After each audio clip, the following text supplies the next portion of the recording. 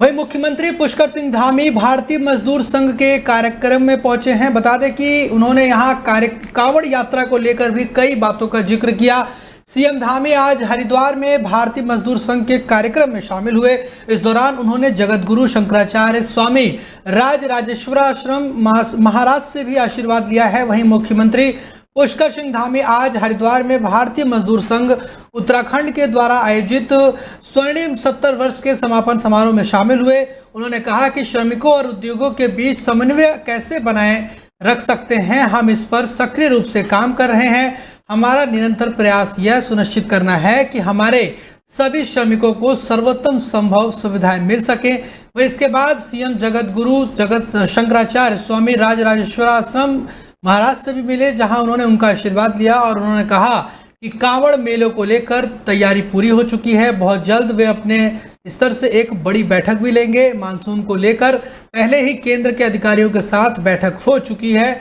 यानी कि मुख्यमंत्री पुष्कर सिंह धामी आज हरिद्वार के दौरे पर रहे। उन्होंने ये भी कहा कि हर साल उत्तराखंड आपदा से ग्रस्त होता है। आपदा के असर को कम करने पर जोर देते हुए कहा कि आपदा को लेकर हाल ही में बड़ा सेमिनार आयोजित किया गया था, जिसके आउटकम से उत्तराखंड को नहीं बल्कि विश्व को भी लाभ मिलेगा।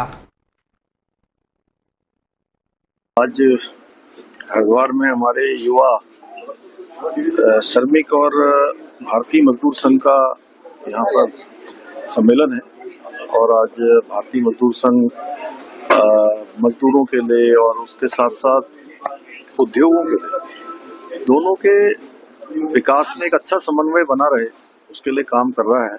और हमारा भी प्रयास है कि हमारे श्रमिकों को सभी अच्छी सुविधाएं मिलें। आदरणीय प्रधानमंत्री जी के नेतृत्व में देश के आज़ादी के इस कालखंड में अनेक ऐतिहासिक निर्णय लिए गए हैं। उनके परिवारों के कल्याण की चिंता की गई है, उनके उत्थान की चिंता की गई है। उत्तराखंड में भी हम उसी दिशा में काम कर रहे हैं, जिससे कि सब लोग मिलकर जो हमारा उत्तराखंड को एक समृद्ध और देश का श्रेष्ठ राज्य बनाने का संकल्प है, उसमें हमारे श्रमिक भाई भी अपना योगदान दें। और भारतीय मजदूर संघ इस दिशा में निरंतर काम कर रहा है, उनको एक दिशा मिल रही है। दत्तोपंत ठेंगड़ी जी के नेतृत्व में, उनके मार्गदर्शन में जो कार्य प्रारंभ हुआ था 1955 से, अब अनवरत रूप से जारी है और राष्ट्र हित के अनेक प्रकल्पों को, अनेक कामों को आज हमारे इनके द्वारा बढ़ाया जा रहा है। वहीं पंचायत चुनाव को लेकर आज बीजेपी ने बड़ी बैठक करी है। बता दें कि वर्चुअल बैठक में तैयारियों को लेकर बातचीत हुई है। बैठक में बीजेपी के राष्ट्रीय महामंत्री दुष्यंत गौतम, प्रदेश अध्यक्ष महेंद्र भट्ट भी मौजूद रहे। वहीं आज बता दें कि पार्टी प्रदेश कार्यालय में प्रदेश अध्यक्ष और राज्यसभा सांसद महेंद्र भट्ट जो हैं और इसके साथ ही राष्ट्रीय महामंत्री और प्रदेश के प्रभारी दुष्यंत गौतम और प्रदेश महामंत्री संगठन अजय जो भट्ट हैं वो उपस्थित रहे। पंचायत चुनाव के संदर्भ में आपको बता दें ये बड़ी बैठक जो है बुलाई गई थी और ये वर्चुअली बैठक हुई थी। तस्वीरें भी आप देख सकते हैं किस तरीके से तमाम बीजेपी के संगठन के लोग इस बैठक में शामिल हुए और इस बैठक में विधायकगण, जिला अध्यक्ष, जिला प्रभारी, चुनाव के विस्तारक और वरिष्ठ पदाधिकारी भी उपस्थित रहे। बीजेपी उत्तराखंड प्रदेश के द्वारा आयोजित वीडियो कॉन्फ्रेंसिंग के माध्यम से आगामी लोकल बॉडी चुनाव के निमित्त बैठक को संबोधित भी किया। इस दौरान प्रदेश अध्यक्ष महेंद्र भट्ट और प्रदेश महामंत्री अजय भट्ट जी और अन्य वरिष्ठ नेतागण भी उपस्थित रहे। मैं बता दें कि इस पूरे घटना को लेकर दुष्यंत गौतम ने भी ट्वीट करके इसकी जानकारी दी है।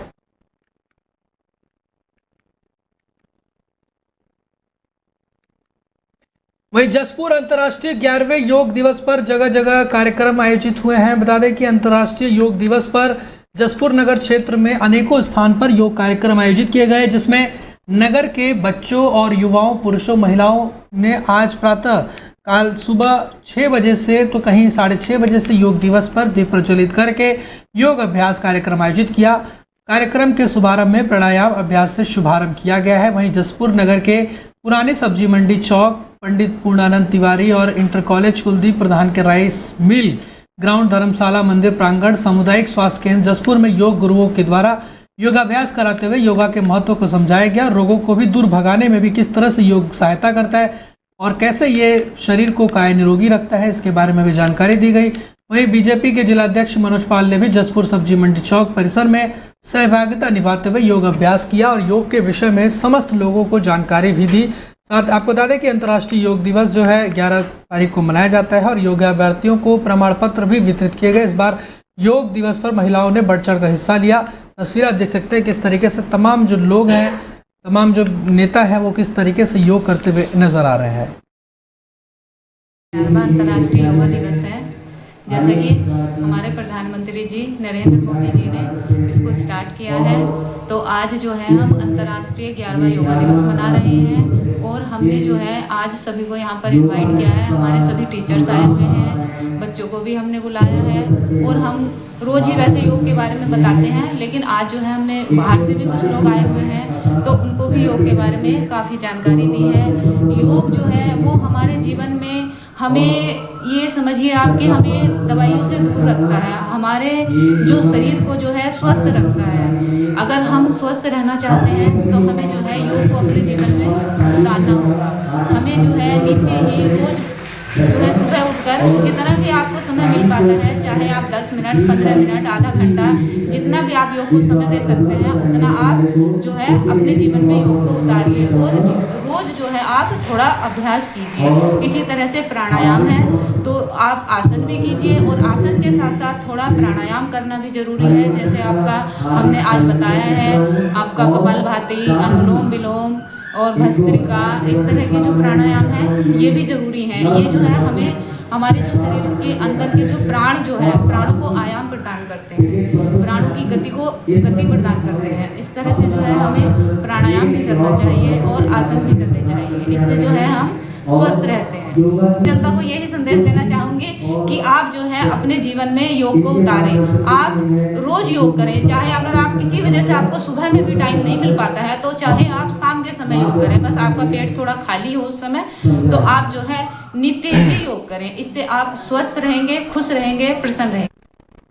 वहीं ईरान से सकुशल लौटे मंगलौर के 4 लोग। बता दें कि ईरान इजरायल युद्ध के दौरान ईरान में फंसे हरिद्वार जनपद के कस्बा मंगलौर के 32 लोगों में से 4 लोग सकुशल वापस लौट आए हैं, जिनमें ये चारों मोहल्ला हल्का के रहने वाले हैं। और ईरान से लौटे 4 लोगों में से 2 पति पत्नी से हम जो है डेली 24 भारत के संवाददाता ने खास बातचीत करी, जिसको लेकर उनका ये कहना है कि ईरान और इजराइल के बीच जंग जरूर हो रही है, पर ईरान देश के लोगों में इस सब को लेकर कोई घबराहट नहीं है, जिसको लेकर ईरान से लौटने में हिंदुस्तान की हुकूमत और ईरान की हुकूमत ने उनका पूरा सहयोग किया है और उन्हें सकुशल दिल्ली एयरपोर्ट तक पहुंचाने का काम भी किया है।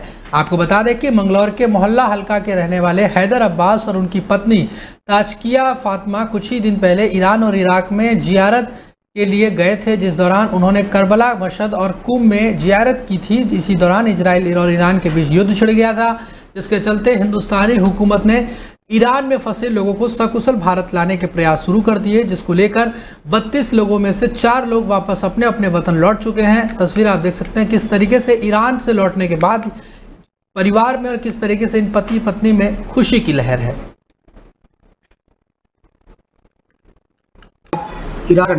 मेरा नाम हैदर अब्बास है। मैं मंगलौर टाउन ज़िला हरिद्वार का रहने वाला हूँ। वैसे मैं रहता नोएडा में हूँ। हम ईरान और इराक की ज़ियारत के लिए गए थे। हम यहाँ से 23 मई इराक गए, पहले वहाँ से ज़ियारत करके 3 जून ईरान में एंटर किए। हमने पूरे 10 दिन वहाँ पे बिताए। हम आने वाले थे 13 जून को, उसी दिन ये हमला हो गया। उसके बाद हमले के बाद हम लोग शहर कुम में थे, ईरान का एक शहर है कुम, वहाँ थे जब ये। वहीं हरिद्वार में कांग्रेसियों ने पीडब्ल्यूडी के ऑफिस में जमकर हंगामा मचाया है। बता दें कि हरिद्वार में स्मार्ट मीटर के विरोध के बाद अब कांग्रेसियों का गुस्सा पीडब्ल्यूडी अफसरों पर फूट पड़ा है। शनिवार को कांग्रेस नेताओं ने पीडब्ल्यूडी ऑफिस में घुसकर अधिशासी अभियंता दीपक कुमार को जमकर फटकार लगाई। काफी वक्त से कांग्रेसी पार्षद अपने इलाकों में स्पीड ब्रेकर और टूटी सड़कों की मरम्मत की मांग कर रहे थे, लेकिन पीडब्ल्यूडी इस पर ध्यान नहीं दे रहा था। जनता के बढ़ते दबाव और विभाग की बेरुखी से कांग्रेसियों का सब्र टूट गया। शनिवार को महानगर कांग्रेस अध्यक्ष अमन गर्ग और वरिष्ठ नेता मुरली मनोहर और मनोज सैनी समेत कई पार्षद पीडब्ल्यूडी के ऑफिस पहुंचे। स्टाफ ने रोकने की कोशिश की, लेकिन कांग्रेसी सीधे अधिशासी अभियंता के कमरे में घुस गए बताया गया कि अमन गर्ग ने शुक्रवार को इंजीनियर को फोन किया था, जिस पर उन्होंने साफ कह दिया था कि मैं कुछ नहीं करूंगा। इसी बात पर अमन गर्ग ने ऑफिस में ही आपको बता दें कि जमकर खरीकोटी सुना डाली। अमन गर्ग वरिष्ठ कांग्रेसी और कोई बता दें पार्षद ने बताया कि जनता परेशान है, हम बार बार कह चुके हैं, अब तो खुलेआम अफसर बोल रहे हैं कि काम नहीं करेंगे, यह बर्दाश्त नहीं किया जाएगा। हंगामे के बाद अधिशासी अभियंता बैकफुट पर दिखाई दिया। उन्होंने कहा कि पार्षद अपनी मांगों को लेकर आए थे और जल्द ही समाधान निकाला जाएगा।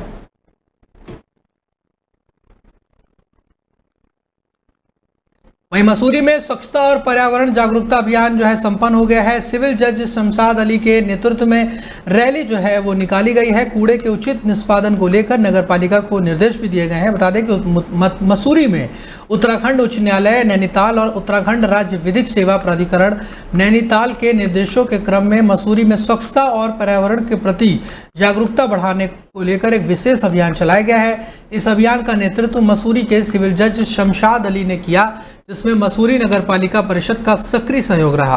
अभियान के अंतर्गत गनहिल और कैमल बैक रोड पर सफाई अभियान चलाया गया, जिसमें स्थानीय सामाजिक संगठनों के प्रतिनिधि, नगर पालिका के सफाई कर्मी और बड़ी संख्या में आमजन शामिल हुए हैं। वहीं अभियान की शुरुआत एक जागरूकता रैली से हुई है, जिसमें स्वच्छता और पर्यावरण संरक्षण को लेकर नारे भी लगाए गए। इस अवसर पर सिविल जज शमशाद अली ने उपस्थित लोगों को स्वच्छता बनाए रखने की शपथ दिलाई। उन्होंने कहा कि स्वच्छता केवल सरकार या नगर पालिका की जिम्मेदारी नहीं है, बल्कि हम सभी की साझी जिम्मेदारी है। यदि हम मिलकर प्रयास करें तो स्वच्छ और हरित मसूरी का सपना साकार हो सकता है। और अभियान के दौरान एकत्र किए गए ठोस और प्लास्टिक कचरे के सुरक्षित निष्पादन को लेकर भी चर्चा की गई। इस संदर्भ में सिविल जज शमशाद अली ने मसूरी नगर पालिका को निर्देशित भी किया कि एकत्र किए गए कचरे का नियमित वैज्ञानिक और पर्यावरण अनुकूल विधियों से निस्तारण सुनिश्चित किया जाए।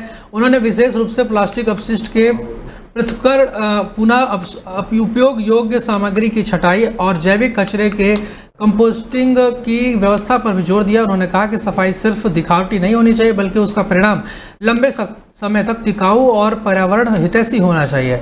यदि कचरे का उचित तरीके से निस्तारण नहीं किया गया तो यह पूरे अभियान की भावना के विपरीत होगा। पर जो हमारे सफाई अभियान में जो कूड़ा इकट्ठा हुआ है, हमारे द्वारा उसे हमारे MRF सेंटर में भेजा जाएगा, जहां पर जो रिसाइकेबल और नॉन रिसाइकेबल आइटम है उनको अलग अलग करके जो हमारे सॉलिड वेस्ट के मानक या नियम है उनके अनुसार डिस्पोज ऑफ किया जाएगा। स्वच्छता अभियान को लेकर किस तरीके से चल रहे हैं आप? जी, हमारे स्वच्छता अभियान समय समय पर पालिका के द्वारा चलाया जाता है। आज भी माननीय हाईकोर्ट के निर्देशन में और सिविल जज मसूरी के निर्देशानुसार हमारे द्वारा उनके सहयोग से स्वच्छता अभियान चलाया जा रहा है और हमारे सभी वार्डों में हमारे वार्ड मेंबरों के साथ मिलकर के ये अभियान जारी है। कूड़े को लेकर क्या पॉलिसी है? जो पर्यटक यहाँ पर आ रहे हैं, डस्टबिन की प्रॉपर व्यवस्था है, उनको किस तरीके से आप जागरूक कर रहे हैं? जी, हमारे द्वारा माल रोड पर जगह जगह पर डस्टबिन लगाए गए हैं। इसके अलावा हमारे द्वारा जागरूकता अभियान चलाया जाता है और हमारे द्वारा जो माल रोड पर जो शॉपकीपर हैं उनको भी डस्टबिन उपलब्ध कराए जाते हैं।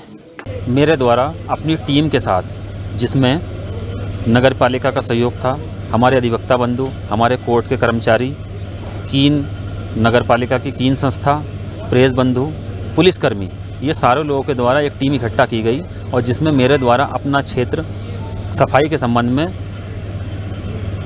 न्यायालय परिसर से लेकर गन हिल तक चुना गया।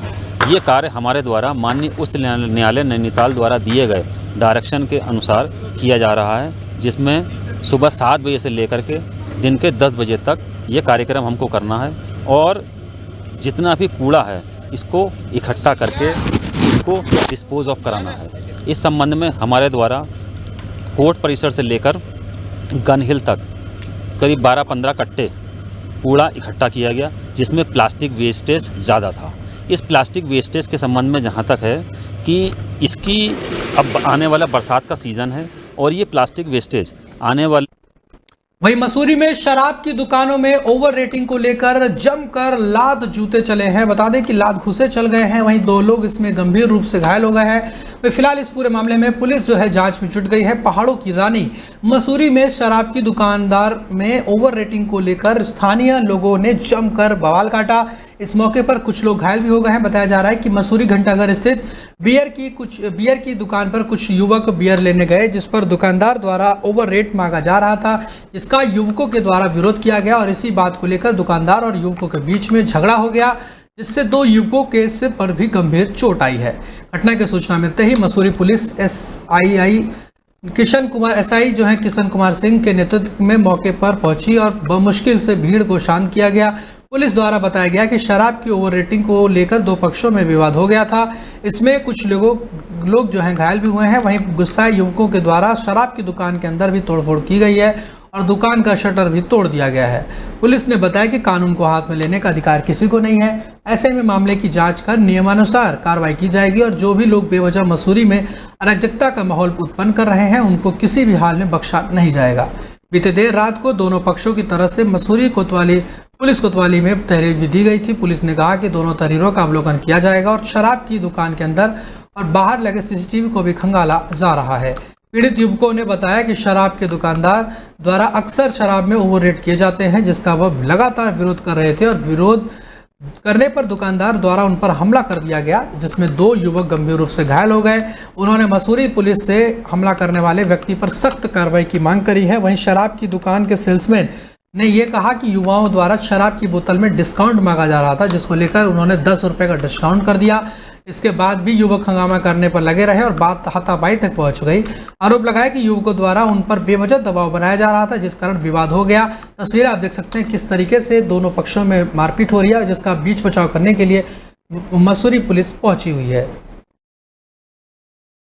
मेरे साथी है कोचिंग के नींबू थापा, हम वो घर जा रहे थे तो उन्होंने कुछ सामान लेना था यहाँ से बियर वगैरह, तो वो यहाँ पे ठेके पे आए बियर लेने।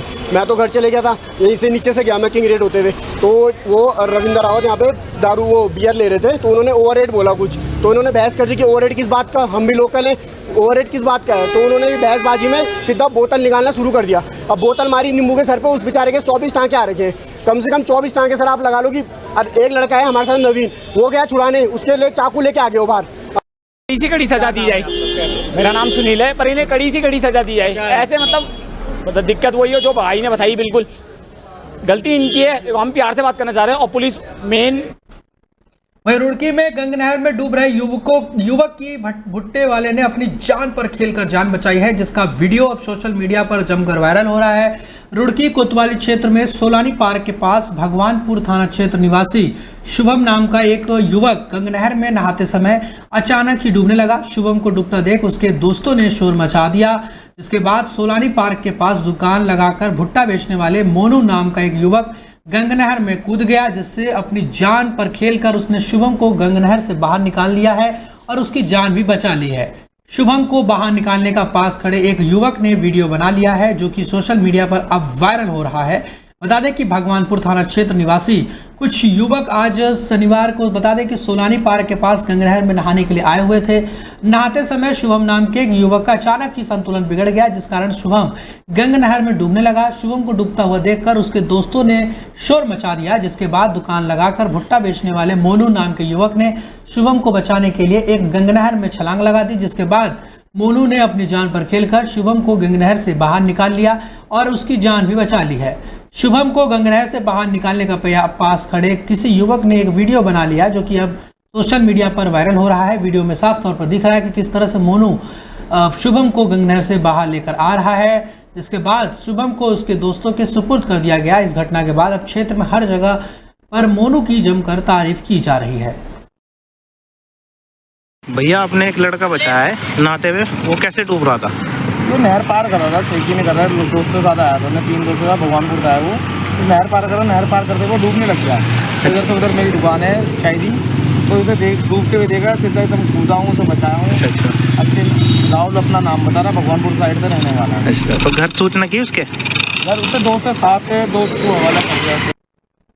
वहीं बता दें कि रुड़की में पहली बरसात ने ही नगर निगम की पोल खोलकर रख दी है। जलभराव में गाड़ियों को घसीटते हुए नजर आए और गाड़ियां जो है वो बंद पड़ती हुई भी दिखाई दी है। नगर निगम रुड़की की रामपुर चुंगी पर आज रविवार की सुबह जो है 2 घंटे की बारिश ने नगर निगम रुड़की के दावों की पोल खोलकर रख दी है। मात्र 2 घंटे की बरसात में रामपुर चुंगी पर कई फीट तक जलभराव हो गया है। इसके साथ ही यहाँ पर लोगों को जाम की समस्याओं का भी सामना करना पड़ा है। इतना ही नहीं, सुबह सुबह काम के लिए निकले लोग जलभराव में बंद हुई अपनी गाड़ियों को घसीटते हुए नजर आए। इसके साथ ही शहर में भी कई जगहों पर पानी घुस गया, लोगों के घरों में भी पानी घुसता हुआ नजर आया, जिस कारण लोगों को काफ़ी ज़्यादा नुकसान भी झेलना पड़ा है। बता दें कि 2025 में ही नगर निगम रुड़की के चुनाव हुए। नगर निगम के चुनाव में भाजपा की अनीता अग्रवाल ने मेयर पद पर जीत हासिल की है, जिन्होंने चुनाव में शहर को जलभराव से मुक्ति दिलाने का वादा किया था, लेकिन जीत के बाद मेयर अनीता अग्रवाल अपने दावों पर खरी नहीं उतर पाई हैं। आज 2 घंटे की पहली बारिश में मेयर अनीता अग्रवाल और नगर निगम अधिकारियों के दावों की पोल खुल गई है, इसके चलते शहर में जगह जगह पर जलभराव देखने को मिला है। इसका कारण नालों की सही तरह से सफाई न होना बताया जा रहा है। आज शहर में हुए जलभराव के कारण लोगों को आर्थिक नुकसान के साथ ही साथ अन्य दिक्कतों का भी सामना करना पड़ा है। रामपुर चुंगी के पास एक स्थानीय व्यक्ति गुलबहार ने बताया कि नालों की सफाई नहीं हो पाई है, जिस कारण जलभराव की स्थिति पैदा हुई है।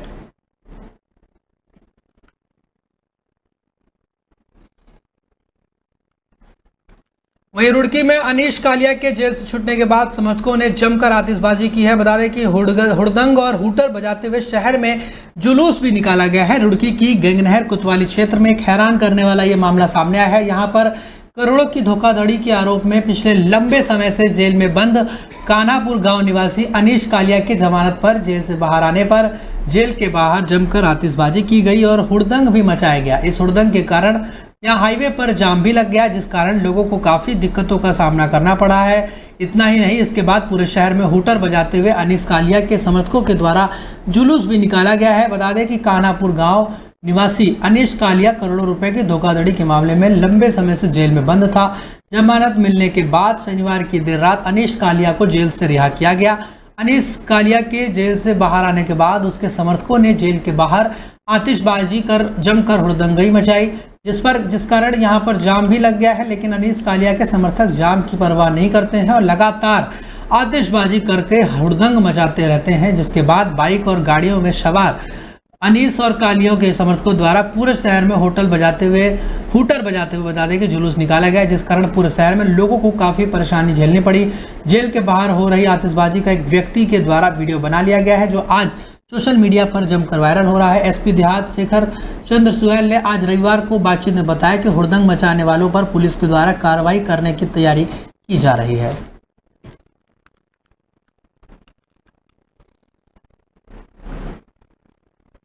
वही बता दें कि शक्ति फार्म में ग्राम प्रधान प्रत्याशी प्रतिनिधि ने प्रेस कॉन्फ्रेंस की है। ग्राम सभा शक्ति फार्म निर्मल नगर क्षेत्र से ग्राम प्रधान का जो प्रत्याशी है प्रतिनिधि कृष्णपद सरदार ने प्रेस के माध्यम से मीडिया को बताया कि हम निर्मल नगर शक्ति फार्म ग्राम सभा पूजा कमेटी के अध्यक्ष भी रह चुके हैं और इस बार मेरी धर्मपत्नी विपुला सरदार ग्राम प्रधान के चुनाव की तैयारी कर रही है और हमने क्षेत्र के लोगों से कंधा मिलाकर क्षेत्र के लोगों के साथ सुख दुख में साथ दिया है और आगे भी देते रहेंगे। क्षेत्र की जनता अगर हम पर भरोसा जताती है तो हमने अपनी पूरी जिम्मेदारी के साथ काम करेंगे और उन्होंने कहा कि जनता का हमें आशीर्वाद और सहयोग भी मिल रहा है। मेरे गांव निर्मल नगर के मैं प्रधान प्रत्याशी मेरे मिसिस विपुला सरदार, जो हम इस गांव से जैसे भी हो, मैं इस गांव का जो जितना भी सेवा किया हूँ, जैसे पिछले मैंने पूर्व पूजा कमेटी के अध्यक्ष थे और उसमें जो भी काम हमने किया है, जो ना किया है, और ऐसा है देखो हम गांव में कोई भी बुलाए कोई काम। वही हमीरपुर से खबर है, जहां गरीब सुमना पर विपदा पड़ी तो कामगार कल्याण बोर्ड ने सहारा दिया है। पति की आकस्मिक मृत्यु पर मिली है 2,20,000 रुपए की मदद। वहीं मकान बनाने और बच्चों की पढ़ाई के लिए भी मदद के लिए उसने आवेदन किया। हमीरपुर आपको बता दें कि एक तो गरीबी और ऊपर से पति की आकस्मिक मृत्यु और उस पर तीन बच्चों और वृद्ध सास ससुर की देखभाल की जिम्मेदारी है। किसी महिला पर इस तरह की विपदा ना पड़े, ऐसे वह उस विपदा से कैसे निपटे। सबसे बड़ा सवाल वही है वह किससे आखिरकार मदद मांगे। लेकिन किसी श्रमिक परिवार की कोई भी महिला या अन्य श्रमिक ऐसी विपरीत परिस्थितियों से घिर जाएं और वह हिमाचल प्रदेश भवन और अन्य सन्निर्माण कामगार कल्याण बोर्ड में पंजीकृत हो तो उसे बोर्ड की ओर से काफ़ी मदद मिल सकती है। कुछ ऐसे ही परिस्थितियों से घिरी जिला हमीरपुर के भरेड़ी क्षेत्र के गांव घुराला की सुमना देवी को कामगार कल्याण बोर्ड ने बहुत बड़ा सहारा प्रदान किया है। अगर बोर्ड की कल्याणकारी योजना ना होती तो आज शायद सुमना देवी उसके बच्चों और सास ससुर को न जाने कितनी मुसीबतें झेलनी पड़ती। सुमना देवी और उसके पति प्रवीण कुमार दिहाड़ी मजदूरी और खेती बाड़ी करके अपनी गुजर बसर कर रहे थे। उन्होंने भवन और अन्य संनिर्माण कामगार कल्याण बोर्ड में भी अपना पंजीकरण करवा रखा है था। कुछ वर्ष पूर्व प्रवीण कुमार को बीमारी ने घेर लिया और लगभग 1.5 वर्ष पूर्व उनकी आकस्मिक मृत्यु हो गई। इससे सुमना देवी, उसके 3 बच्चों और वृद्ध सास ससुर पर मुसीबतों का पहाड़ टूट गया। बच्चों की पढ़ाई तो दूर, परिवार के दैनिक खर्चे भी चलाना मुश्किल हो गया। पूरी तरह से आसपास छोड़ चुकी सुमना देवी के लिए भवन और अन्य निर्माण कामगार कल्याण बोर्ड की योजनाएं बहुत बड़ी उम्मीदें लेकर आई हैं। सुमना देवी और उसके पति बोर्ड में पंजीकृत श्रमिक थे, इसीलिए वे इन योजनाओं का लाभ लेने के लिए पात्र थे। पति की आकस्मिक मृत्यु पर सुमना देवी को बोर्ड ने 2,20,000 रुपये की आर्थिक मदद जारी की है। इससे पूरे परिवार को बहुत बड़ा सहारा मिला। अब BSc नर्सिंग का कोर्स कर रही बड़ी बेटी, 11वीं कक्षा में पढ़ रहे बेटे और छोटी बेटी की फीस के लिए भी सुमना देवी ने बोर्ड में आवेदन कर दिया है। इससे सुमना देवी को घर परिवार को चलाने के साथ ही साथ बच्चों की पढ़ाई की चिंता करने की आवश्यकता भी नहीं है। यही नहीं, अब उसने जर्जर हो चुके अपने पुराने मकान की जगह नया मकान बनाने के लिए भी कामगार कल्याण बोर्ड से 3 लाख रुपए की आर्थिक मदद प्रदान करने के लिए आवेदन किया है। भविष्य में बच्चों की शादी के लिए भी उसे बोर्ड की ओर से आर्थिक मदद मिल सकती है। इस प्रकार हिमाचल प्रदेश भवन और अन्य संनिर्माण कामगार कल्याण बोर्ड की 14 कल्याणकारी योजनाएं सुमना देवी जैसी गरीब श्रमिकों के परिवार के लिए वरदान साबित हो रही है। जी, मेरा नाम Sumna Devi, wife of Praveen Kumar, village Khural, डाकखाना भरेड़ी, तहसील भौरन, जिला हमीरपुर की स्थायी निवासी हूँ। सर, मैं विधवा का जीवन व्यतीत कर रही हूँ और मेरे परिवार के सदस्य भी मेरे साथ खड़े हुए हैं। मेरे पति की 1.5 साल पहले मृत्यु हो चुकी है, जो एक बीमारी, मतलब उनको गैस की प्रॉब्लम थी। शिमला IGMC में उनका ऑपरेशन हुआ था। ऑपरेशन के बाद 6 दिनों के बाद उनकी डेथ हो गई। दिहाड़ी मजदूरी का काम करती हूँ। मेरे 3 छोटे छोटे बच्चे हैं और मेरे पति की कामगार कल्याण बोर्ड की कॉपी भी बनी हुई थी, जिसके तहत मुझे हिमाचल सरकार की तरफ से मेरे पति को 2,20,000 रुपये की तहत राशि भी दी गई। मेरे 3 बच्चे हैं, 2 लड़कियां और एक बेटा है। बड़ी लड़की मेरी BSc नर्सिंग कर रही है और छोटी लड़की मेरी +2 में है। लड़का मेरा +1 में है और मेरे साथ मेरे सास ससुर भी रहते हैं, जिनका